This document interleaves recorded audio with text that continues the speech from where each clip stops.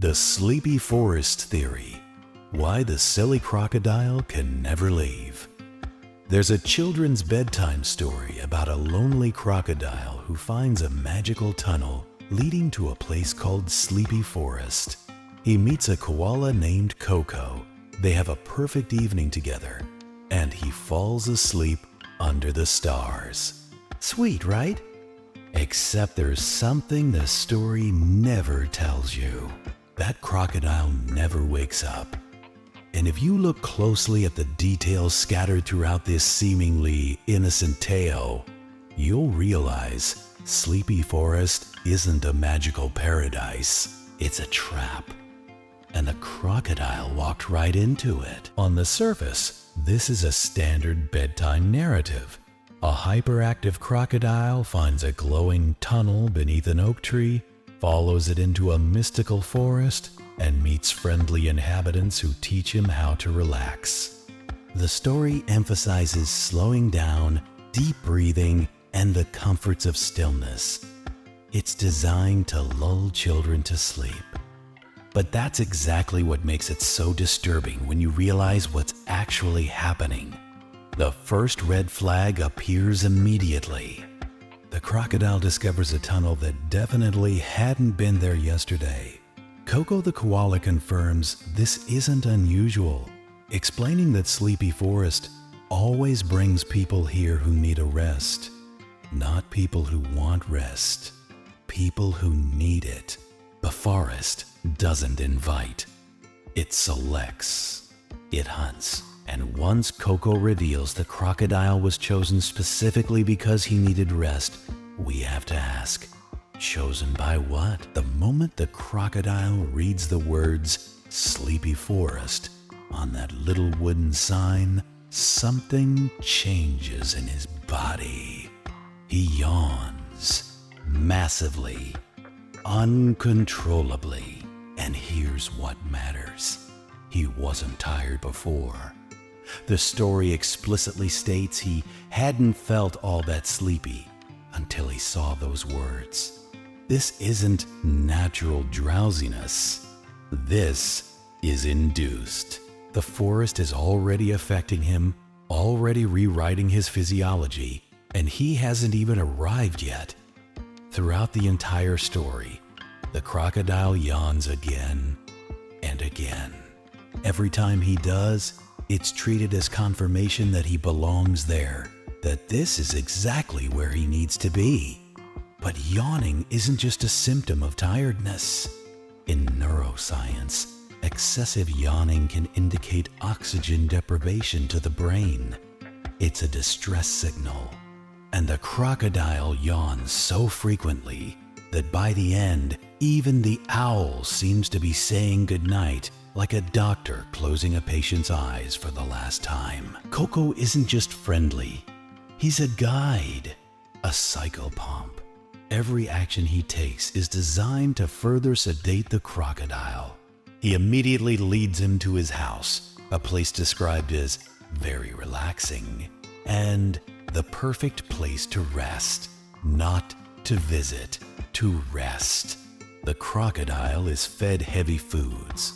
Jam sandwiches, pickled ice cream, strawberry muffins, hot cocoa with whipped cream. These aren't meals. They're sedatives wrapped in nostalgia. And then comes the real tell. Coco says the best way to sleep in Sleepy Forest is under the stars, not indoors, where you'd be protected. Outside, exposed, vulnerable. They build a fort, light a campfire, and the crocodile watches the flames flicker until warmth seeps into his scales. Fire and warmth are classic elements of transition rituals. Cremation, funeral pyres, the crossing over. Notice what the crocodile stops doing. He stops being silly. He stops juggling acorns and poking Coco with sticks. His personality dissolves.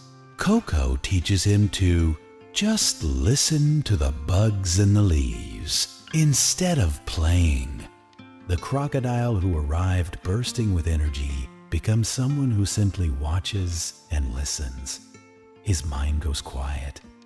The story celebrates this as relaxation, but what it's actually describing is ego death. Here's what seals it. The story ends with the crocodile thinking he'll be visiting again very soon, not going home. Visiting again, because Sleepy Forest is now his reference point, his reality. The tunnel that brought him there, never mentioned again. There's no return journey, no waking up back under his oak tree. The story just ends with him asleep, dreaming the sweetest of dreams. And that's when you realize what Sleepy Forest actually is. It's a liminal space between consciousness and unconsciousness, life and something else. The fairies flitting between trees, the glowing mushrooms, the grandfather koala sleeping eternally in his rocking chair. These aren't whimsical details. They're evidence of others who came before, others who also needed rest, others who never left. The cruelest part? The crocodile was lonely. That's why he couldn't sleep at the beginning. He felt alone, and Sleepy Forest gave him exactly what he wanted: companionship, warmth, belonging. Coco singing him a song, a family gathering around the fire, the promise that he's welcome to stay a while. But when you're offered everything you've ever wanted in a place you can never leave, that's not salvation. That's a beautiful prison.